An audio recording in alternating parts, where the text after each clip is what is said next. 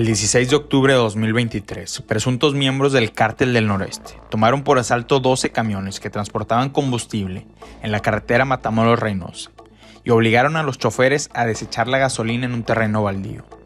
3 días antes, la Guardia Nacional había anunciado un decomiso histórico de 100,000 litros de huachicol.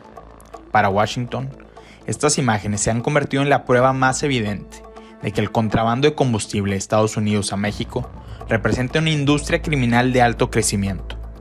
El gobierno estadounidense ha enviado la primera señal de que pretende hacer algo al respecto. El 20 de noviembre de 2023, 3 congresistas de Texas enviaron una carta a Katherine Tai, representante comercial de Estados Unidos, para advertir que el emergente huachicoleo podría poner en riesgo el TEMEC, el acuerdo de libre comercio que ha hecho de México el principal socio comercial de Estados Unidos. Además, exigieron acciones contundentes, es decir, sanciones arancelarias para presionar a México a cumplir con su parte del tratado. Esto fue una petición bipartidista. El documento fue firmado por los legisladores demócratas Vicente González y Henry Cuellar, uno de los políticos estadounidenses con más conexiones a la clase empresarial de Nuevo León y Tamaulipas. El otro signatario fue Dan Crenshaw, el republicano que está promoviendo una iniciativa en la Cámara de Representantes para expandir las facultades y poderes militares de la Casa Blanca, con la finalidad de combatir a las organizaciones criminales mexicanas.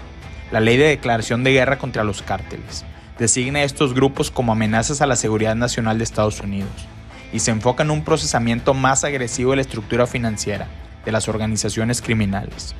Crenshaw es uno de los principales exponentes del nuevo consenso del Partido Republicano que exige una intervención militar en México para hacer frente a los cárteles. La carta enviada a Katherine Tai no puede entenderse sin este contexto. El segundo párrafo hace referencia precisamente al incidente del 16 de octubre de 2023 en Matamoros. Abro comillas. Este ataque no provocado es de gran preocupación, dado que no es un evento aislado. El huachicoleo es una forma de robo y venta ilegal de combustible. Estamos preocupados que esta actividad prácticamente continuará incrementándose y que incluirá otros bienes importados, cierro comillas. El contrabando de combustible tiene una inevitable connotación política. Este negocio criminal creció de manera exponencial en el primer periodo de la administración de Andrés Manuel López Obrador, específicamente durante la gestión de Ricardo Peralta Saucedo como administrador general de aduanas. Desde 2019, las actividades de Peralta despertaron sospechas en el aparato de inteligencia estadounidense. Peralta salió de la Administración General de Aduanas debido a un conflicto con su superior jerárquico, la entonces titular del Sistema de Administración Tributaria Margarita Ríos Farjat. El expediente de la Corte del Distrito Sur de Nueva York en contra del Cártel de los Chapitos advierte que uno de los hijos de Joaquín El Chapo Guzmán presumía de un contacto en aduanas que les permitió hacer del Aeropuerto Internacional de la Ciudad de México el centro de operaciones del tráfico de fentanilo en el país entre 2019 y 2021. Después de ser removido de aduanas, Peralta encontró refugio en la Subsecretaría de Gobernación, donde forjó vínculos con grupos de autodefensa. Eventualmente, el presidente Andrés Manuel López Obrador le pidió la renuncia cuando estas conexiones se volvieron públicas.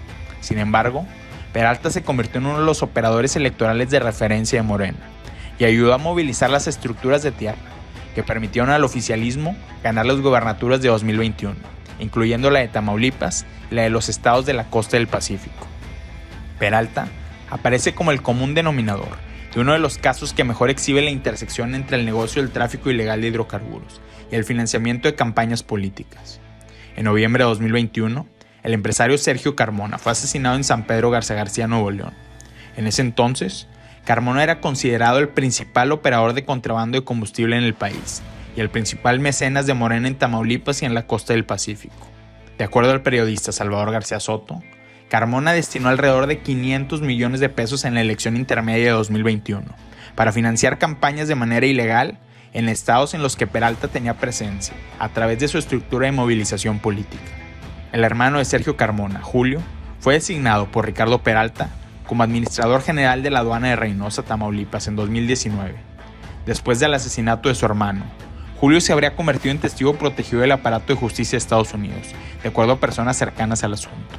Desde la aduana de Reynosa, se operó un entramado de tráfico ilegal de hidrocarburos que, según la declaración que Julio Carmona hizo a agentes de la DEA, obtenía ganancias de 360 millones de pesos al año.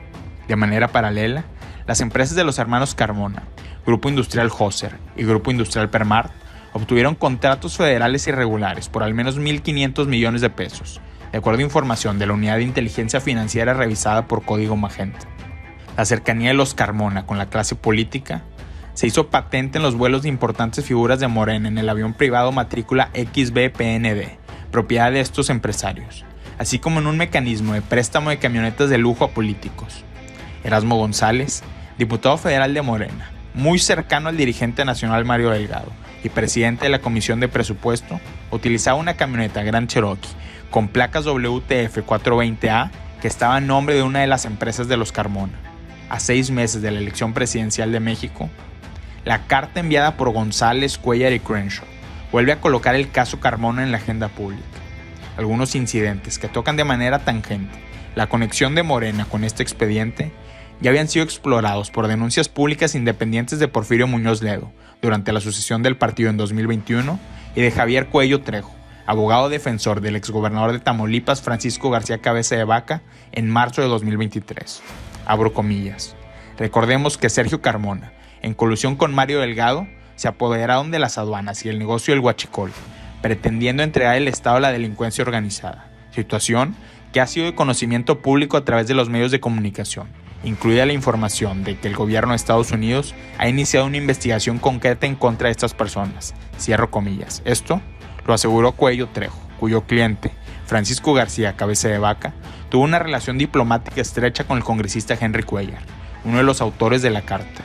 Y aunque los congresistas enviaron este documento a Catherine Tai desde el 20 de noviembre, la carta tomó relevancia pública el 6 de diciembre, 2 días después del encuentro entre Ken Salazar, embajador de Estados Unidos en México, y Xóchitl Gálvez, precandidata presidencial del Frente Amplio por México. En la reunión, Gálvez expresó 2 preocupaciones: el riesgo de que el país se enfrente a una elección de Estado y la intervención política del crimen organizado. Washington ya tomó nota.